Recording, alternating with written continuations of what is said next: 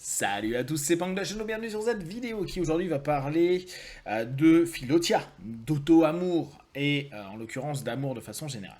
Hier j'ai eu la chance de revoir une pote que j'avais pas croisée depuis très longtemps et dans toutes nos discussions on a à un moment arrivé sur la thématique de l'amour. Thématique que je trouve passionnante mais terriblement complexe.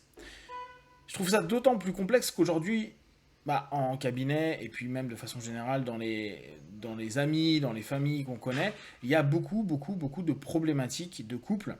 Et cette notion d'amour est assez complexe à mettre à plat, sachant que tout à chacun a une définition qui lui est propre.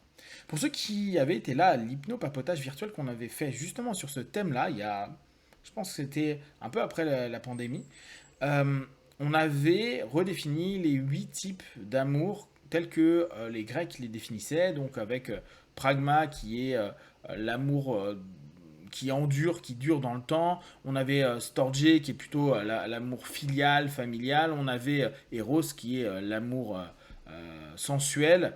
On a, là que je me souvienne, ludus qui est l'amour jeu, le mania qui est l'amour un peu obsessif, etc. Et le philotia qu'on avait eu sur l'amour de soi.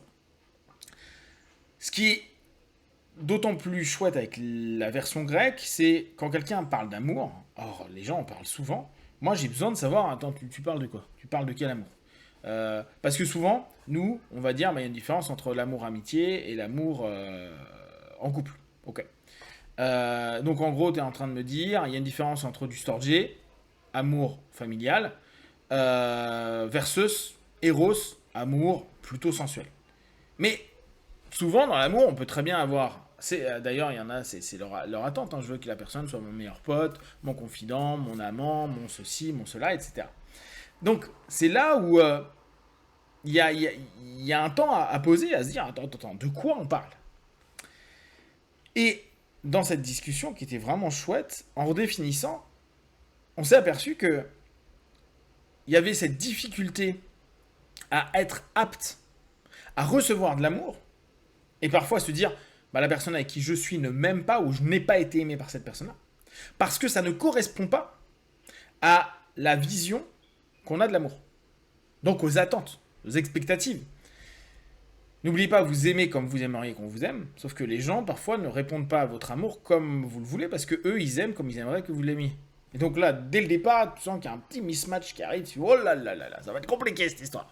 Alors bien sûr, c'est pour ça que c'est souvent dit dans les thérapies de couple et tout, le plus important est de communiquer. Bah oui, bien sûr les enfants, communiquer. Bon bah moi, par exemple moi, je sais que ce que j'estime être l'amour le plus important, vraiment ce qui montre l'amour, c'est le pragma. C'est vraiment l'amour sur le temps. C'est un peu l'amour des petits vieux. Il n'y a plus d'héros, il n'y a plus de passion de ouf, il n'y a plus de mania, genre d'obsession et tout. Non, c'est juste pragma. J'aime bien ce truc qui est solide, c'est du rock. Tu sais que, allez, dans 10 ans, ça sera toujours là. C'est puissant. Moi, c'est ce que j'estime important. Mais il y en a qui vont dire ah non, mais moi, s'il n'y a pas, à fond du loudou, si c'est pas hyper stimulant, amusant et tout, bah non, mais dès que ça s'apaise, d'ailleurs on le sait, hein, les 3 ans avec le rythme hormonal et tout ça, ça joue énormément, ça veut dire que le couple est en train de battre de l'aile.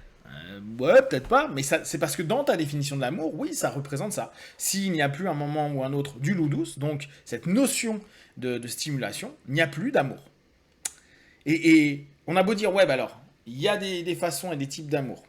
Chacun a des attentes d'amour et donne l'amour qu'il est capable de donner en attendant ce même retour. Et on dit, non mais les gars, au milieu de tout ça, on fout la communication.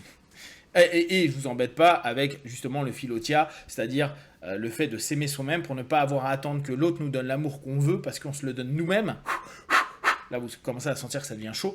Et donc, on est capable, parce qu'on s'aime soi-même, de recevoir le type d'amour que l'autre peut nous donner. Et là, on peut communiquer quand certains trucs qui nous sont partagés ne correspondent pas ou nous dérangent par rapport à cette notion-là, sans que quand la personne va recevoir notre observation vis-à-vis de sa façon d'aimer, elle le prenne vraiment pour et par elle-même, parce qu'elle-même s'aime suffisamment, Philotia, à se dire, je m'aime, donc je comprends que l'autre a besoin aussi de quelque chose, et sa remarque n'est pas le fait qu'il ne m'aime pas, mais que cette façon de faire ne lui correspond pas.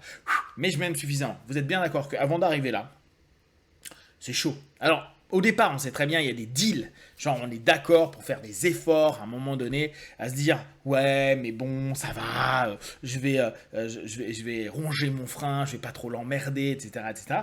Souvenez-vous, hein, ce que je vous ai dit tout à l'heure, il y a quand même aussi le rythme hormonal qui fait que on est up, on est up, on est up, ouh, on est chaud bouillant, chaud patate, ouh, c'est chaud, on se kiffe, on s'aime. Puis d'un coup, bah, le rythme hormonal, les rapports de tout ça diminuent, d'accord. Donc, il y a ça à prendre en compte parce que, bah, ça va aussi impacter dans toute cette complexité qu'il peut y avoir de l'amour. Attendre que l'autre puisse nous donner ce que l'on veut, c'est cool. Mais si l'autre ne sait pas donner comme on veut, on va prendre un truc tout bête, quelqu'un imaginez qui est hyper kinesthésique versus quelqu'un qui ne l'est pas. On vous le fait en mode énéagramme, hein, ou en mode PNL. Donc imaginez, il y en a un, l'amour, c'est un auditif, et l'autre, c'est un kinesthésique. Ça va être compliqué. En énéagramme, c'est une personne qui fait du 5, qui aime bien être isolée, et l'autre, c'est quelqu'un qui fait, par exemple, du 2 ou du 9, qui a besoin beaucoup de toucher, d'être en contact. Ça va être ton axe. Et pour autant, les deux vont donner de l'amour à leur manière. Peut-être même en se disant, bah, si je lui laisse un peu d'espace, la personne va se sentir bien, alors que l'autre va dire, putain, je suis abandonné parce que l'autre ne fait pas attention à moi et prend de l'espace. Et inversement, l'autre va dire, putain, mais l'autre fait que de m'étouffer, c'est insupportable, moi j'ai besoin d'espace. Et l'autre se dit, bon, moi je lui montre que je suis là parce qu'on montre dans la pratique, c'est pas les mots qui comptent, c'est les gestes. Et ouais, mais là, va y avoir un mismatch. Alors bien sûr, au milieu de tout ça, on dit communication, motherfucker, ok. Mais tu communiques. Mais c'est bien gentil les mots. Je dis, ah bah oui, en fait, moi j'aimerais ceci, ah bah moi j'aimerais cela. On peut faire l'effort, à nouveau, cette énergie qu'on dépense. Le problème, c'est qu'on arrive dans des routines, et les routines fait qu'il y a des moments, bah l'autre, bah il nous fait chier, puis le boulot nous fait chier, et l'autre d'un coup, ça peut nous embêter. Ça ne veut pas dire qu'on l'aime pas, hein.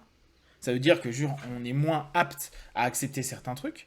Et dès lors, bah, la communication, elle ne sert pas à grand-chose, hormis parfois juste devenir encore plus complexe parce qu'on a l'impression qu'on est trop différent ou trop pas aimant ou amoureux comme l'autre pourrait l'être. Ou comme on peut attendre quelque chose de l'autre. Et ça devient très très compliqué. Donc, dans tout ça, l'un des points qui est intéressant, c'est toujours de pouvoir redéfinir vous-même ce qu'est l'amour. Qu'est-ce que vous attendez de l'amour ? De ne pas être nécessairement dans la notion de se dire pendant un laps de temps, je peux donner l'amour que l'autre attend. Parce que vous savez que ça ne durera pas, ça vous demande trop d'énergie. Et c'est de se dire, et là on revient sur ce qui moi est important, le philotia, que peut-être que avant de se dire que pour aimer les autres ou être aimé par l'autre, il faut accepter sa manière d'aimer, oui c'est très bien, mais ça va être d'abord de bon bah je m'aime suffisamment moi pour comprendre que l'autre puisse m'aimer différemment. Et ça sera que du bonus, que du bonheur, que du cool, de se dire bon bah ouais, bon c'est pas tout à fait ce que j'attendais, à la limite tu le dis de manière un peu souriante et pas du tout vexante à dire bon voilà moi je m'attendais un peu à ça. C'est pas grave parce que tu t'aimes suffisamment pour dire c'est cool. La personne elle est là, elle est complète. Et là, ça peut être intéressant, on peut peut-être rentrer dans ce concept-là. D'ailleurs, vous pourrez me dire dans les commentaires ce que vous en pensez, mais à ce moment-là, c'est une espèce de complément. De plus, peut-être même, on va dire un add, une addition, genre un petit module complémentaire. C'est pas tout, l'autre devient le tout. Ça peut être compliqué, mais on rentre dans la mania, hein. L'autre, on est obsédé par l'autre, l'autre devient une partie de moi, quitte à créer une dépendance. Mais genre, c'est quelque chose qui, si c'est pas là, il manque quelque chose, et vu que c'est là, bah, en fait, il y a une complétude. Mais c'est pas parce que l'élément, la personne ou l'émotion, elle est là, qu'on ne vit que pour ça. Et si elle n'est pas là, bah, il manque quelque chose, mais ça ne veut pas dire qu'on ne peut pas vivre sans. Et c'est là où je pense qu'il y a vraiment une réflexion sur l'amour à se poser. Dans les thérapies de couple, c'est quelque chose à vraiment redéfinir. C'est marrant parce qu'en ce moment, il y a plein d'articles de quand est-ce il faut arrêter une relation, quand est-ce que c'est la fin de votre couple, etc.